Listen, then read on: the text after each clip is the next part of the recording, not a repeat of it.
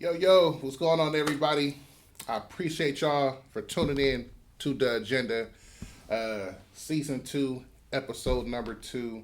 Um, Today, we finna talk about a little bit about, I call it the boozy theory. You know what I'm saying? Because you know how, like Lil Boozy, he, especially like when a lot of rappers was dying, he was trying to tell people, like, you got to move out your hood. You know what I'm saying? If you want to be successful or, anything, you basically got to move out your area, because there's a lot of hate. You know what I'm saying? And my question, is I'm like, okay, does that really have to be the thing, right? Do we really got to lead an area to really be successful? You know what I'm saying? Like, what is a lot? What is contributing to this? Because me, when I look at my areas, our areas, you know, I look at, okay, when people migrate to these to this country, basically, where do they come? They come here. So I'm like, okay, well, if they come in here, obviously it's some type of opportunity here, right? It's some type of opportunity that we have, and I feel like we shouldn't have to leave our areas to be able to prosper and be successful and things like that. We can make that happen right here, you know, right here, right now, and there's a lot of things that do play into this situation that makes it harder for us to succeed in our areas. That makes it to where it's like we always got to have a target on our back. So we finna talk about all that. Man, you know what? It's a good ass day outside. I'm not finna tell this to you guys here in the studio. You know what? We finna go outside. You know what I'm saying? I'm gonna show y'all. We going outside right now. So we packing up everything. Let's go, because we not playing. See y'all in a minute.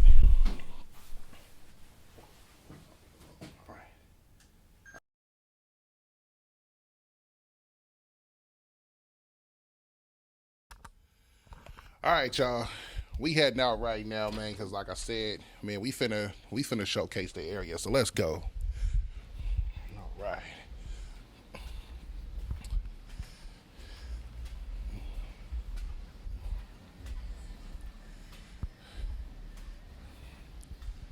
Oh yeah. It's a good ass day. We finna make this happen. Hello. All right. All right. All right. So as y'all see, we on the streets with it, man, and once again the topic is do we got to really move out our areas to succeed, you know what I'm saying, to be successful? And I know one of the reasons why people feel that way is because when you're somebody who has basically everything to lose, it's kind of impossible for you to be around people who ain't got nothing to lose, right? Because when people see that you got something to lose, they gonna test you. You know what I'm saying? And is that a bad position to be in? Of course it is. But there's always ways to maneuver around that. But I'm gonna showcase the areas. You want to leave areas like this. When people come to this country, they come to areas like this to enrich themselves, once again, like I said, so when I look around my area, I see nothing but opportunity. I mean, you could look at the building that we just walked out from. This was a vacant lot. You know what I'm saying? It wasn't nothing here. What happened? People came and built this big, Bart came and built a parking structure, built retail units. You know what I'm saying? We could look at right here. I see empty parking lot, not being used, hardly being used, right? So it's opportunity, you know what I'm saying, that we can build in our area right now. I see not just a vacant parking lot, I see a spot for food vendors to pull up, sell some plates. I see a place for the community to come to organize and have a bunch of vendors. We can come right here, they can set up and they can showcase their merch. It's nothing but opportunity. It's all about how you look at everything, you know what I'm saying? And it can happen. A lot of things, we finna walk across the street, we finna keep going. You know what I'm saying? We're on McDonald Ave in Richmond, California. You know what I'm saying? This is my home city, you know what I'm saying? And as you can see, you know, it's nothing but a lot of these places, you know, torn down, businesses, you know what I'm saying? I mean, it's a business right here that, man, it's been a different food spot every time. You know what I'm saying? Now it's a great taco spot. You know what I'm saying? Once again, I see opportunity. People are coming here to this country and are starting businesses like that, enriching themselves. You know what I'm saying? So is this an area that we feel like, why do we feel like we have to leave areas like this where it's nothing but opportunity? It's nothing but opportunity. You know, it's just all about how we look at it. Once again, it's all about how we look at it. Now, we can go ahead and talk about what I feel is the elephant in the room, right? The elephant in the room, I feel is, well, we got to leave our areas because, you know, it's too many people hating, right? You know, they see you on, and it's like they instantly want to, you know, try to get rid of you, right? Because they hate it, you know, which is true. But if you think about it, stuff like this happens all over. It's not just in our areas. It's not even just in our country. You know what I'm saying? But, you know, you just got to learn how to maneuver really around that. You know what I'm saying? If you one of them ones who's out here moving sloppy or out here acting like you don't care, then hell, you know, you're going to get caught up, plain and simple. But, you know, I feel one of the big issues that we do have that, you know, contributes to this is, of course, policy. Crime policy, you know, all these reform policies that we keep saying that's for us, or that they're trying to say that's for us, for helping us, it's really hurting our communities at the same time. You know what I'm saying? We can talk about crime, the crime rates, right? All these reform policies that's put in place are killing us. You know what I'm saying? It really is. So we need to figure out, okay, hey, all right, we need to figure out, okay, we need to figure out, okay, what is it that we can do, or what we need to do to really turn back a lot of these things that's in the community, right? A lot of these, you know, these policies that really make us feel more safer and secure in our own areas. Man, we can go ahead and walk across the street. Let's walk across the street. So, you know, we got to be active in our communities. You know what I'm saying? We really got to be active. We got to pay attention to who we vote for, who we put in office as mayor, city council person, you know, and we got to say, hey, look, we are tired of people dying in our streets. We are tired of every time somebody is successful, you know, they basically instantly got a target on their back, and you know, they're less protected, right? You know what I'm saying? We need to change this. We need to establish something that's going to deter all this crime that's going on, right? You know, we need to put those type of people in office. We need to be real active in our community in what we can do. You know, we need to have something in our community for people to really get involved in, engage in, and really do, you know? So, that's just one thing that, like I said, we can do. You know what I'm saying? Is going to really, I feel, deter a lot of this stuff. You know what I'm saying? We need to basically, so this is what I really call a lot of these cats that really is in our neighborhoods that really just, I feel like hate on the next person, right? It's like they just hate on the next person because it's like, well, hell, you know, they on and I'm not, right? I'll call them black white supremacists. You feel me? And you know, let's try to fix the narrative and correct the narrative on what a white supremacist really is, right? What a somebody like a Sambo really is, right? See, somebody like that, that's somebody who basically, especially if they're black, right? See, white supremacy is nothing but power. It has nothing to do with how somebody feel about you. It's not something that only white people can be. Black people can be that too. And a lot of it is, you know, when you see I'm pretty sure a lot of you guys run across a situation, right? You pull up somewhere in your neighborhood, you know, you got you something nice car, you know, you like looking good, dressing nice, you know what I'm saying? So, you know, you got your designer on, you pull up, and it's just, you know, you walk past another black man or somebody, and they instantly like sizing you up, right? They instantly looking at you. It's like they looking at you sideways or funny. You don't know this motherfucker from a can of paint. He don't know you from a can of paint, but it's just that instant hate, right? That's an example of white supremacy, because I feel like, well, hold up. It's especially when you look at my area, all this gentrification that's going on. I look and I observe. I see all these white people, all these Mexican people, all these Asians around here, and I see how black people, certain black people, interact or react with, you know, them when they're around versus when another black person is around. And it's completely different. And I feel, you know, so you rather hate on me and size me up, right? Like you got that instant animosity on me because of, I guess, how I'm dressing or how I'm carrying myself, or, you know, the business moves or the choices I chose to make that chose to get myself out of the situation. And you just chose to just, you know, you hate me for that. I don't understand when you look at our areas, you know, all this that's going on in our areas, all this is being built by white people, by Asians, all this stuff. They coming into our areas. They come into this country, into our areas to enrich themselves. They start businesses. Y'all quick to want to go to their stores, right? Buy products from their stores, enrich themselves.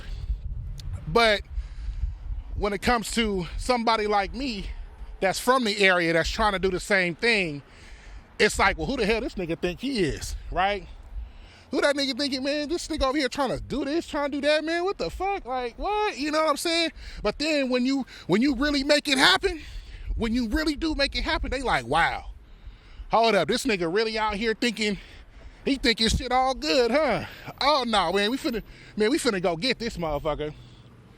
But when it comes to the Arab stores or the Asian stores, all that, you don't get them that type of, you know, energy. You know what I'm saying?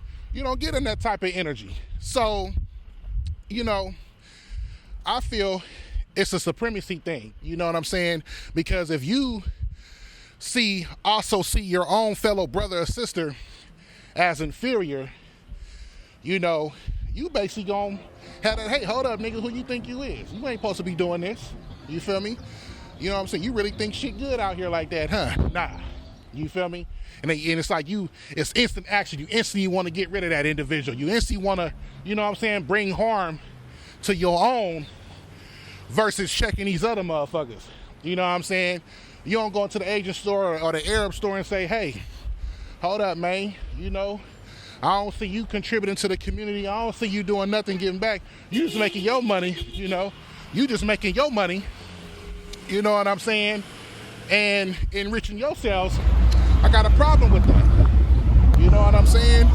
We don't see that type of action happen. We don't see none of that happen, you know? And I mean, that's what's going on in my community. You feel me? And we need to like curb that, you know? We need to call these cats on the streets who's doing all this senseless crime, all this BS. We need to call it out for what it really is. You know what I'm saying? We could probably turn this way. We need to really call it out for what it is, you know? And address the issue. You know, hey, look, if you want to be one of those... Oh, because it's dark? Yeah. All right. If you want to be one of those who, you know, want to just be that person that just want to hate on the next black man for succeeding and trying to build the community and trying to be something in the community, then you the type of cat that needs to go. You know what I'm saying? Go somewhere else, deal with all that. You're not welcome here. You know what I'm saying? Because once again, how is it that you go into all these other people's stores and, you know, patronize these other people's businesses, and you don't give them the same energy. You don't sit there and be like, you don't have that instant hate on them, but you got it on the next black man that's trying to do something. It's a problem with that. You know what I'm saying?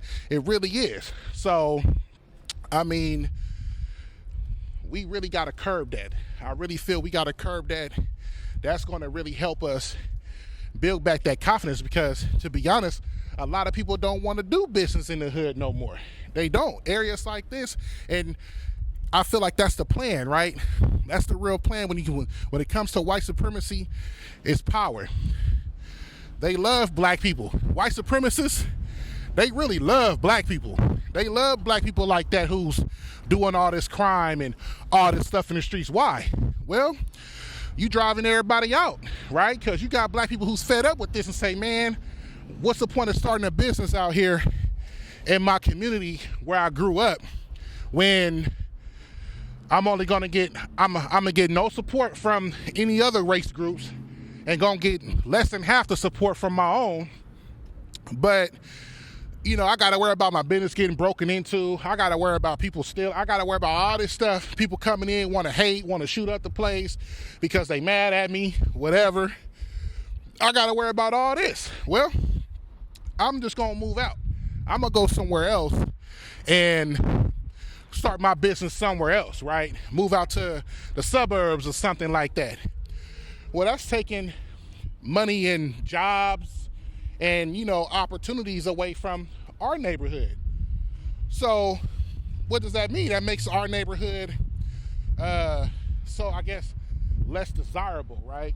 But to an investor, oh man, they can get a deal, right? Oh man, we can go ahead and come in and we're gonna redo the business districts. We're gonna do all this. We're gonna start up new businesses. That's what these immigrants do when they come here.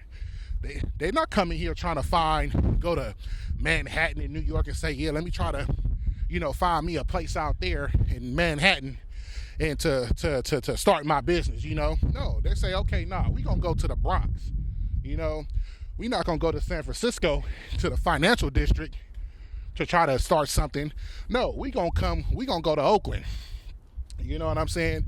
We're going to come to Richmond because it's less desirable, it's more cheaper, and we're going to go ahead and build ourselves here. But do they live in a community? No. Huh? Oh, no, you good. Yeah, you good. So that's what, pretty much is like my point that I'm trying to get to. There's opportunity here in our neighborhoods, and we need to take advantage of it fast. We do. We need to take advantage of it fast. We need to stay vigilant. We need to, move different. You know what I'm saying? Because yes, sadly, there is a lot of our own people that is hating, that don't want to see the next black person succeed because, it's like, well, shit, how the hell me and this person from the same area, he out here making moves and I'm not? It's really like a personal situation that they have. But they rather, instead of being held accountable and holding themselves accountable, they want to just try to knock you back down to their position. You know what I'm saying? Like, I get a lot of that situation. Like me, I'm like, yeah, man, I like going out to find nice restaurants. I like doing this. I like doing that. When I take my dog out and, instead of me grabbing a piece of paper towel, I got me a little pooper scooper. I'm, they, oh, man, nigga, what the hell? Man, you from the hood, man. What you over here? I'll be like, well, what that mean? Like, so what? I'm from the hood. Like, I only got to do hood shit. I got to do I got to do ain't shit. Like, I'm not understanding. You know what I'm saying? So, that's pretty much why we are doing this. I want to bring y'all outside. Y'all see we just passed an empty parking structure. Old Kaiser Permanente parking structure not being used. That's nothing but opportunity. Why can't I not say, look at these vacant lots. Look at this. This is what investors look for. This is what, when you look at your own neighborhood, and if you got stuff like this, and you're like, oh man, this is just, the slums. This is crappy. they see this as opportunity. They see this as, you talk about a vacant lot on a main corridor. You can go ahead and develop that and build some houses right across the street from a shopping center. You can build houses, retail, lots. You got a parking structure. We can have a space where we can have, community events, and we can have that parking structure as people to park, right? It's nothing but opportunity. But like I said, it's all about how you see everything. And, one good thing that was brought forth in Congress was opportunity zones. This is what's considered an opportunity zone. And this is what these investors, these white people, these Asians, these Arabs, this is what they see and say, yes, let's come to areas like Richmond, California, where we're going to get all these government contracts, all these government tax credits and, things like that. And let's go ahead and try to figure out how can we develop this area, right? Yes, California's talking about it's a housing crisis. They want more housing, especially in areas like here that's on the 80 corridor, like Richmond. They're going to say, look at this. What can we do to build more houses, give the state what they want, right? And what the state is going to give me in return for providing what the state wants, which is more housing. They're going to get some type of incentives. This is how it works. So why is it that we can't take advantage of these opportunities in our own areas? Why is it? So we need to really change with a lot of who we really align ourselves with. And we need to start working together, start organizing, and really start to build back our own communities. We really need to. We can't just sit here and just say, what, screw it, we just gonna move away. You know what I'm saying? No, we need to say, okay, yes, is this area getting pricier? Yes, it is. But hell, what can I do and what can we do to maintain our community and make sure it's a community mostly of us, where we can organize, we can gather, we can build. We need somewhere where we can build. This is nothing but opportunity. This is where we can build, right here. So it's not about whether if you can or can't do it. It's more about how can you do it. How can you do it?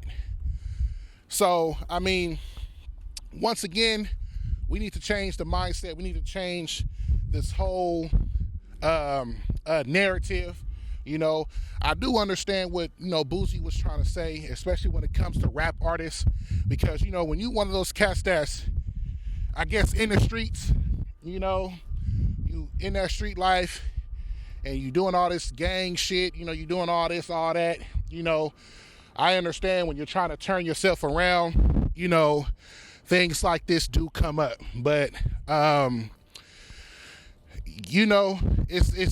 it do be unfortunate, but when you in the streets, the streets don't show no love, so you really gotta, I guess, change up, like, stop, especially all the young cats, stop resorting to the street life and thinking, oh, well, man, I gotta be in the streets because that's the only way I'm gonna come up, you know what I'm saying?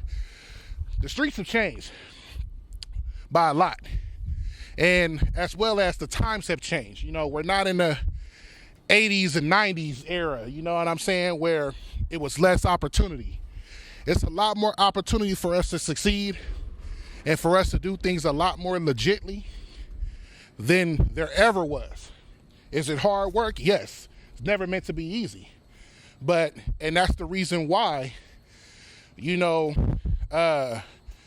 it's hard for us to succeed, because we're always trying to take the easy way out. We always look at, we think that, if we go and just by us coming and having this idea of doing something good, that it just automatically is supposed to come to us, right? We're supposed to reach out to people and pitch our idea, and they automatically supposed to like it and say, well, goddamn, here's a blank check. Go make it happen. No, not a lot of people's going to see the vision And it's not designed, especially when it comes to us, it's not designed for them to see the vision when, you know what I'm saying, to help us. So we got to still go out here, chase that opportunity and make it happen, because it's nothing but opportunity right here. Okay. So, like I said, it's nothing but opportunity. So, nah, yeah, it's good. Yeah. No, it's not. So, like I said, you know, we really got to take advantage of these opportunities. We got to really, circling back, you know, we got to really watch who we let control our city.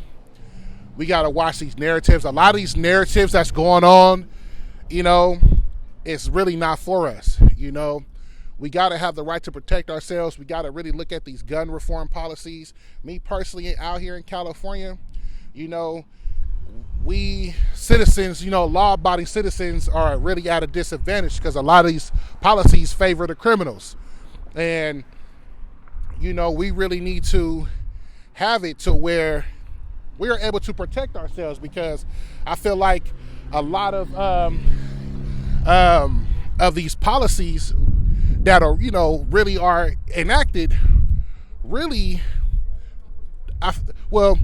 let me just say, a lot of these killings that did happen could have been prevented a long time ago if we had the right to protect ourselves, you know. So we really need to look into that.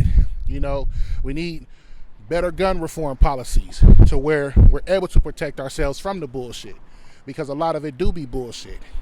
We need better crime policies to where, you know, we ain't got to worry about, you know, our communities, our house where we live, we should feel safe. We should feel safe in our areas. And I feel like if we establish better gun reform policies, establish better crime policies where a lot of these people are being held accountable for their actions, that'll make our communities more safe. That'll make people feel safe, because why do a lot of these people leave? Like, let's be really 1,000 with it. Why do a lot of them leave? They leave because they want a safer neighborhood, right? They want to be in a safer area. Well, our areas could be safe. We can make our areas safer. We just got to put these certain people that's, put them in power, that's going to really see that and understand what we need, our needs, the people needs, and not the party needs. You know what I'm saying?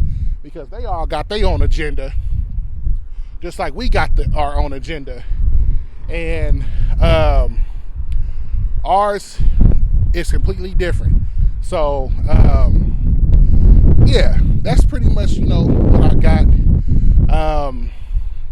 You know, I appreciate you guys for tuning in. Like I said, I wanted to really bring y'all out here, showcase y'all the area. Y'all could see it's nothing but opportunities out here. You know, why would you want to leave that and give it up? You know what I'm saying? And allow, you know, other people to come in to take and drain, you know, us of our resources when we could be utilizing that, you know? So it's really how you look at it, you know? So y'all let me know, you know what I'm saying? Am I right for thinking this way? Am I right for trying to, you know, figure out a way for us black people to prosper in our own communities?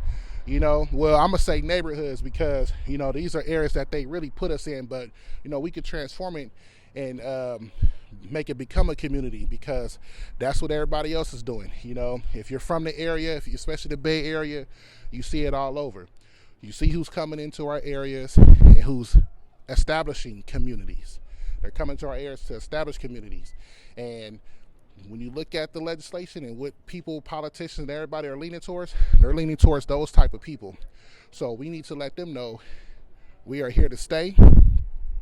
We are not going to be driven out of our areas. We're not going to allow crime to basically just continue to kill and diminish our areas. You know, we're going to come here, we're going to vote. We need better crime policies. We need better gun reform policies to protect ourselves, because, you know, we can't rely on the police too much to protect us anymore. So we got to make it happen. It's up to us. It's up to you to get involved in your community, get involved heavily, and make it happen. So I appreciate you guys for tuning in to the agenda. Please check out the YouTube channel, youtube.com/dartnetwork247, or head to the website www.dartnetwork247.com. Check out all of the content that we have on there, all the other podcasts. And if you guys, want to get y'all some merch like this, Real Richmond, y'all want to support, head to the website as well, www.realrichmondllc.com. Copy your merch. And make sure y'all follow us on all the social media platforms, Facebook, Twitter, Instagram, at The Agenda. That's DA Agenda. And I catch you guys on the next episode. All right.